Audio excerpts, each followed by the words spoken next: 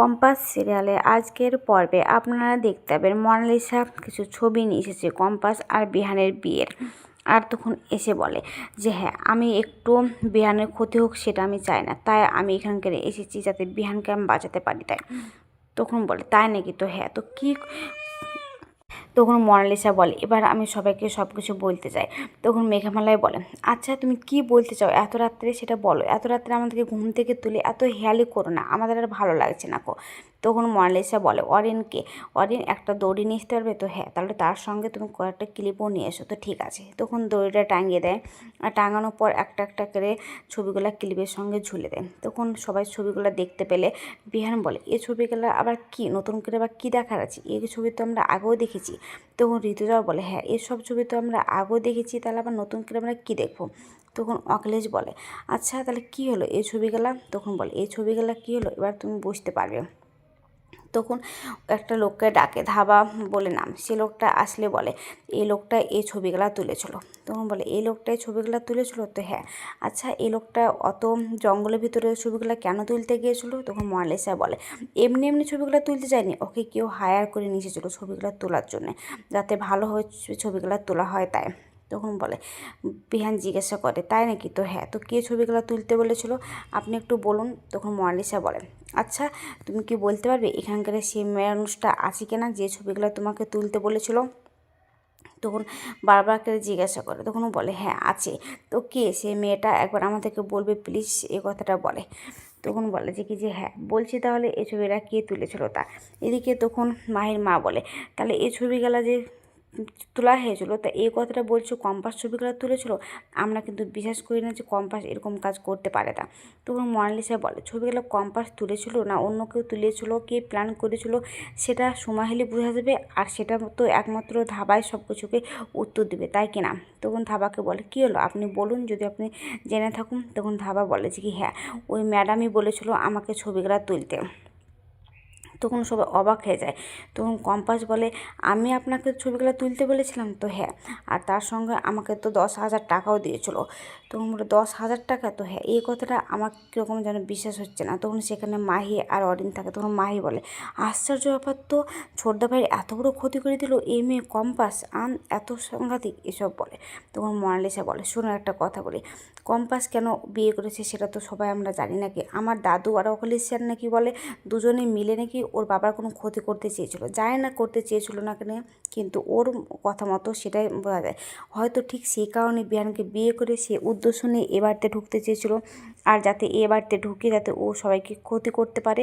আর তাছাড়া বাবা মা সবাইকে তো নিয়ে ও এ বাড়িতেই চলে আসলো নাকি, কেন এ বাড়িতে নিয়ে আসলো এসব বলে।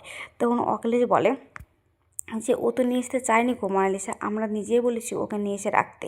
তখন মোনালিসা বলে ও তো খুব ভালো করে জানে, আর যেটা ভালো করে জানে সেটা হচ্ছে একান্ত যে বিহান আর ঋতুজা আন্টি এরা দুজনেই বলবে যে কি ওর বাবা মা এখানে থেকে যাক, আর সেই কারণে ও খুব ভালো করে জানে যে ওরা খুব ভালো মানুষ, তাই তো এই নাটকটা খুব ভালোভাবে সাজিয়েছে যাতে ওরা এ বাড়িতে নিয়ে আসতে পারে।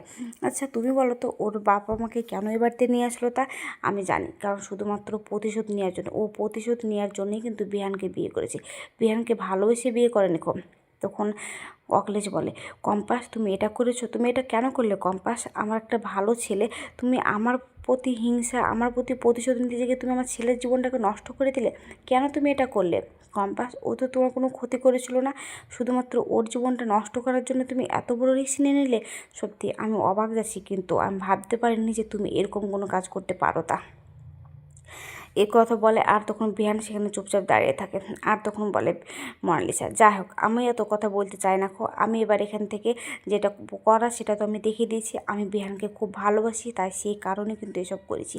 আমি বারবার বিহানের বিপদ পড়লে আমি আসতে পারি, তাতে এবার আমি আমার দাদুর হয়ে যান পরাণ দিয়ে আমি লড়তে চাই, আমি এখন আসছি বলে সেখান থেকে চলে যেতে গেলেই কম্পাস বলে মোনালিসা দাঁড়াও, তোমরা কি বললে যে আমি নাকি এই লোকটাকে টাকা দিয়েছিলাম এই ধাবাকে, তো ঠিক আছে কোথায় কোন জায়গায় টাকা দিয়েছিলাম সেটা আমাকে জানতে হবে না কো।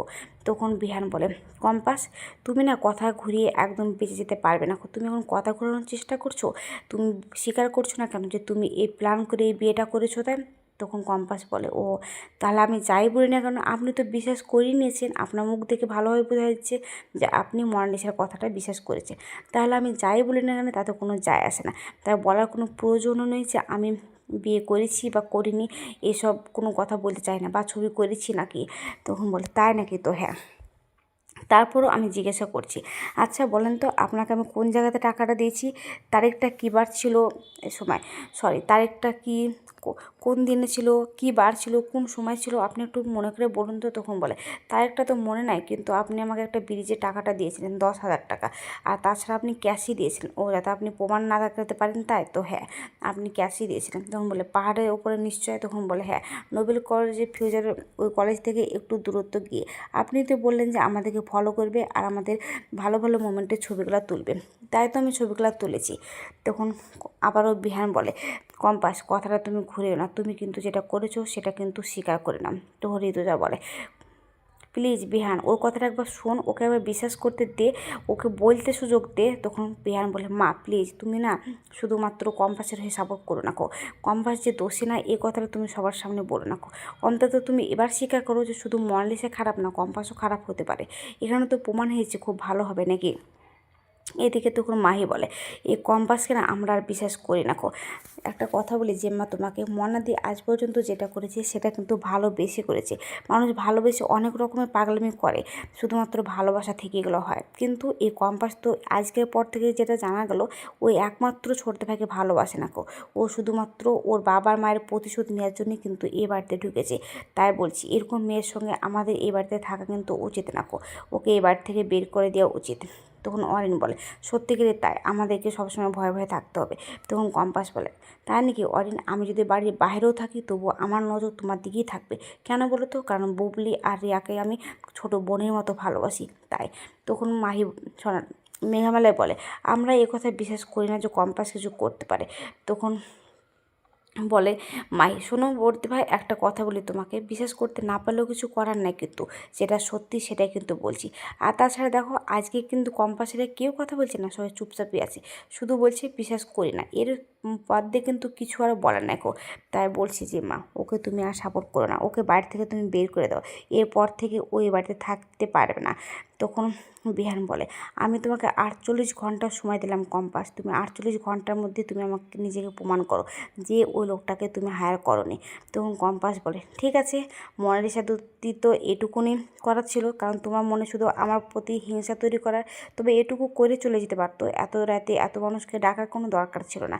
তবে একটা কথা দিচ্ছি, 48 ঘন্টার আগে আমি সব কিছু প্রমাণ করে দেবো যে এই কাজটা আমি করিনি, বলে সেখান থেকে চলে যায়। তখন অখিলেশ ঋতুজাকে বলে, দেখলে ঋতুজা, ওই মেয়ের চোখে একটু জলও না, একটু অনুতপ্ত নাই, কারণ ও বুঝে গেছে ও ধরা পড়ে গেছে তাই এসব বলে। তো আজকের পর্বটা কেমন হয়েছে, যদি ভালো লাগে তাহলে কমেন্ট, শেয়ার, সাবস্ক্রাইব করবেন, আর হ্যাঁ ফেসবুক থেকে দেখলেও অবশ্যই ফলো করবেন। আর আমি যদি কোনো জায়গাতে বলে থাকি